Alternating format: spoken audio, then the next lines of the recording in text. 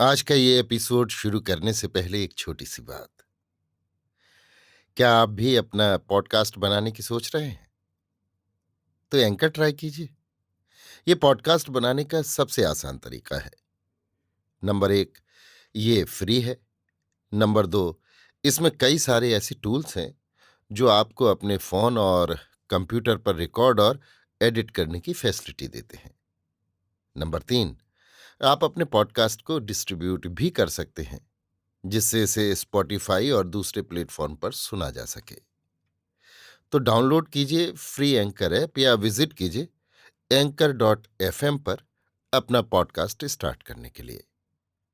ये तो थी एक छोटी सी जानकारी, और अब शुरू करते हैं एपिसोड का सिलसिला। तो आज के एपिसोड में लीजिए सुनिए रविन्द्रनाथ टैगोर के लिखे उपन्यास चोखेर बाली के हिंदी अनुवाद आंख की किरकिरी का तीसरा भाग, मेरी यानी समीर गोस्वामी की आवाज में। महेंद्र को रात भर ठीक से नींद नहीं आई। वो सवेरे ही उठकर सीधा बिहारी के घर पहुंचा और बोला, भाई बिहारी, रात भर मैं अपने कर्तव्य के विषय में विचार करता रहा। चाची की भीतरी ये इच्छा है कि मैं ही उनकी बहनौत से ब्याह करूं। बिहारी ने कहा, इस विषय में तो सहसा किसी नए दृष्टिकोण से विचार करने की जरूरत नहीं थी। वे तो अपनी इच्छा को नाना प्रकार से व्यक्त कर चुकी हैं। महेंद्र ने कहा, यही तो बात है। मुझे लगता है कि आशा से मैंने अगर ब्याह नहीं किया तो चाची के मन में जिंदगी भर के लिए खेद रह जाएगा। बिहारी ने कहा, सो तो है ही। महेंद्र ने कहा, मेरी समझ से मेरे लिए ये बड़े अन्याय की बात होगी। बिहारी ने जरा कुछ अस्वाभाविक उत्साह के साथ कहा, यह तो बड़ी अच्छी बात है। तुम राजी हो जाओ तो फिर कहना ही क्या। पर ऐसी कर्तव्य बुद्धि कल ही अगर तुम्हारी मगज में आ जाती तो बहुत अच्छा होता ना। महेंद्र ने कहा, एक दिन देर से आई तो इसमें क्या नुकसान हो गया। जो ही महेंद्र ने ब्याह के विषय में अपनी लगाम ढीली की कि फिर उसके लिए धैर्य रखना दुसाध्य हो उठा। वो सोचने लगा कि अब और ज्यादा बातचीत न होकर जल्दी से काम पूरा हो जाए तो अच्छा। महेंद्र ने मां से जाकर कहा, अच्छा मां, अब मैं तुम्हारी बात माने लेता हूं, मुझे ब्याह करना मंजूर है। मां तुरंत रहस्य को समझ गई और मन ही मन बोली, अच्छा अब समझे। उस दिन मझली बहू क्यों अचानक अपनी बहनोत को देखने गई थी और महेंद्र क्यों सज धज के श्याम बाजार गया था। और फिर ये सोचकर कि उनके बारंबार अनुरोध करने पर भी लड़के ने उनकी बात नहीं मानी और अन्नपूर्णा अपने षड्यंत्र में सहज ही में सफल हो गई, वे विश्व विधान पर अत्यंत असंतुष्ट हो उठी। उन्होंने कहा, अच्छी बात है, अब मैं तेरे लिए बहुत अच्छी लड़की तलाश कराती हूं। महेंद्र ने आशा का जिक्र करते हुए कहा, लड़की तो वो भी बड़ी अच्छी है। राजलक्ष्मी ने कहा, उससे ब्याह नहीं हो सकता बेटा, मैं तुझसे पहले से कह देती हूं। महेंद्र ने यथेष्ट संयत भाषा में कहा, क्यों मां, वो लड़की तो बुरी नहीं है। राजलक्ष्मी ने कहा, उसके 3 कुल में कोई भी नहीं है, उसके साथ ब्याह करने से हमें रिश्तेदारी का क्या सुख मिलेगा। महेंद्र ने कहा, रिश्तेदारी का सुख न होने पर भी मैं दुखित नहीं हूंगा, किंतु मां, लड़की मुझे बहुत पसंद आई है। लड़की की जिद देखकर राजलक्ष्मी का चित्त और भी ज्यादा कठोर हो उठा। उन्होंने अन्नपूर्णा से जाकर कहा, क्यों देवी जी, बिना माँ बाप की कुलच्छनी लड़की से बेटे का ब्याह करा के तुम मेरे लड़के को मुझसे छीन लेना चाहती हो? इतनी बड़ी शैतानी। अन्नपूर्णा रो पड़ी, बोली, महेंद्र के साथ ब्याह की तो कोई बात ही नहीं हुई। उसने अपनी तबीयत से तुमसे क्या कहा है सो भी मुझे नहीं मालूम। किंतु महेंद्र की मां ने इस बात पर कतई विश्वास नहीं किया। तब फिर अन्नपूर्णा ने बिहारी को बुलवाकर उससे कहा, बेटा, तुम्हारे लिए ही तो सब बात तय हुई थी, फिर क्यों तुमने सब उलट पुलट दिया। कहते कहते उनकी आंखें भर आईं। बोली, नहीं बेटा, फिर तुम्हें राजी होना पड़ेगा। तुमने उद्धार नहीं किया तो मेरे लिए बड़ी लज्जा की बात होगी। लड़की बड़ी सुशील है, तुम्हारे योग्य है। बिहारी ने कहा, चाची जी, ये मैं जानता हूं, मुझे कुछ कहने की जरूरत नहीं। जो तुम्हारी बहनोत हो वो कहीं अयोग्य हो सकती है, भला उसके लिए मैं ना ही कर सकता हूं, लेकिन महेंद्र। अन्नपूर्णा ने कहा, नहीं बेटा, महेंद्र से उसका ब्याह किसी तरह नहीं होने का। मैं तुमसे सच कहती हूं, तुम्हारे साथ उसका ब्याह होने से ही मैं सबसे ज्यादा निश्चिंत हो सकूंगी। महेंद्र के साथ ब्याह हो ये मैं नहीं चाहती। बिहारी ने कहा, चाची, तुम्हारी ही अगर इच्छा नहीं तो फिर मुझे क्या आपत्ति है। इसके बाद बिहारी सीधा राजलक्ष्मी के पास पहुंचा और बोला, माँ, चाची जी की बहनोत के साथ मेरी सगाई पक्की हो गई है। यहां मेरे कुटुंब की कोई स्त्री तो है नहीं, इसलिए हया शर्म सब छोड़कर मुझे खुद ही खबर देने आना पड़ा।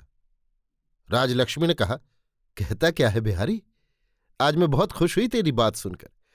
बड़ी सुशील लड़की है वो, तेरे ही लायक है। किसी के कहने सुनने में आकर सगाई छोड़ न देना। बिहारी बोला, मैं क्यों छोड़ने लगा? महेंद्र भैया ने खुद पसंद करके मेरी सगाई पक्की की है। इन सब बाधा विघ्नों से महेंद्र दूना उत्तेजित हो उठा। वो माँ और चाची से रूठकर एक दीनहीन छात्रावास में जाकर रहने लगा। राजलक्ष्मी रोती हुई अन्नपूर्णा के कमरे में पहुंची। बोली, मझली बहू, मेरे लड़के ने तो उदासीन होकर घर छोड़ दिया मालूम होता है, उसे बचाओ। अन्नपूर्णा ने कहा, जीजी थोड़ा धीरज रखो, 2-4 दिन बाद अपने आप ही गुस्सा जाता रहेगा। राजलक्ष्मी ने कहा, तुम उसे जानती नहीं, उसकी इच्छा के अनुसार कोई काम ना हो तो वो जो जी में आता है कर डालता है। तुम्हारी बहनोत के साथ जैसे भी बने उसका। अन्नपूर्णा बीच ही में बोल उठी, सो कैसे हो सकता है जीजी? बिहारी के साथ बात तय जो हो चुकी है। राजलक्ष्मी ने कहा, इससे क्या हुआ, फिर से तय सही। और फिर तुरंत उन्होंने बिहारी को बुलवाया और उससे कहा, बेटा, तुम्हारे लिए और भी अच्छी लड़की तलाश करवाती हूं, तुम इस लड़की को छोड़ दो, ये तुम्हारे लायक नहीं। बिहारी ने कहा, नहीं मां, ऐसा नहीं हो सकता, बात बिल्कुल पक्की जो हो चुकी है। तब फिर राजलक्ष्मी ने अन्नपूर्णा से जाकर कहा, तुम्हें मेरे कंठ की सौगंध है मझली बहू, मैं तुम्हारे पैरों पड़ती हूं, तुम बिहारी को समझा दो तो सब ठीक हो जाएगा। अन्नपूर्णा ने बिहारी से कहा, बेटा बिहारी, मेरे मुंह से बात निकलना नहीं चाहती, पर क्या करूं मैं। आशा तुम्हारे हाथ पड़ती तो मैं बिल्कुल निश्चिंत हो जाती, पर तुम्हें तो सब मालूम है। बिहारी ने कहा, मैं समझ गया चाची, तुम जैसी आज्ञा दोगी वही होगा, पर अब फिर कभी तुम मुझसे और किसी के साथ ब्याह करने का अनुरोध न करना। इतना कहकर बिहारी चला गया। अन्नपूर्णा की आंखों में आंसू भर आए, किंतु महेंद्र के अनिष्ट की आशंका से उन्होंने तुरंत आंखें पोंछ डाली। उन्होंने बार बार अपने मन को समझाया कि जो कुछ हुआ सो अच्छा ही हुआ।